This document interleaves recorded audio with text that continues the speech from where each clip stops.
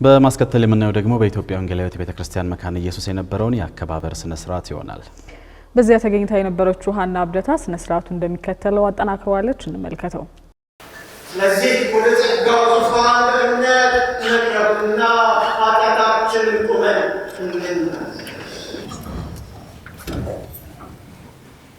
የዘላለም አምላክ እግዚአብሔር አምላካችን ያ ሁሉ መከራ ደረሰበት ሳለን ሕይወት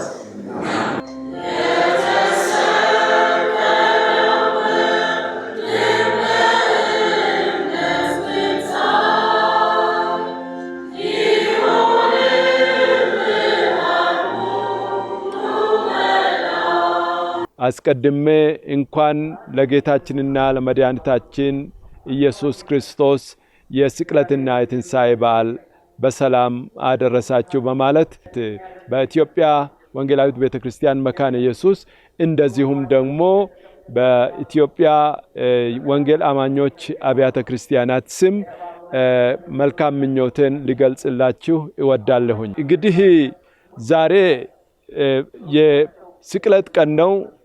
ከአንድ ቀን በኋላ ደግሞ የትንሣኤ ቀን ነው። ዋናው ቁም ነገር ይህንን በዓል የምናከብረው ራሳችንን እንደ ሕዝብ እንደ ክርስቲያኖች ለማየት እግዚአብሔርን ለማመስገንና ይህ ደግሞ እንዲሆን እግዚአብሔር ላሳየን ታላቅ ፍቅር እርሱን ለማድነቅ ነው።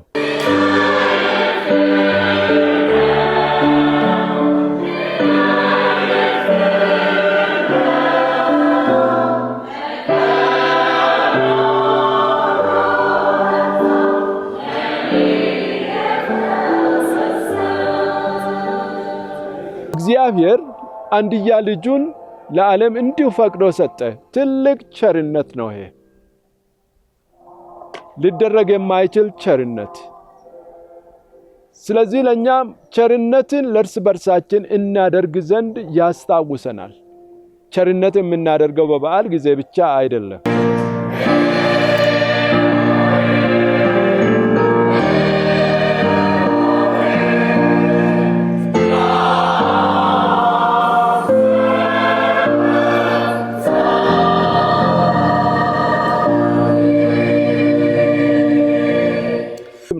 በአገራችን በተለያዩ አካባቢዎች ዛሬ ያሉት ግጭቶች በዚህ በትንሣኤ ጊዜ ምናልባት ይፈታሉ ብለን እናስብ።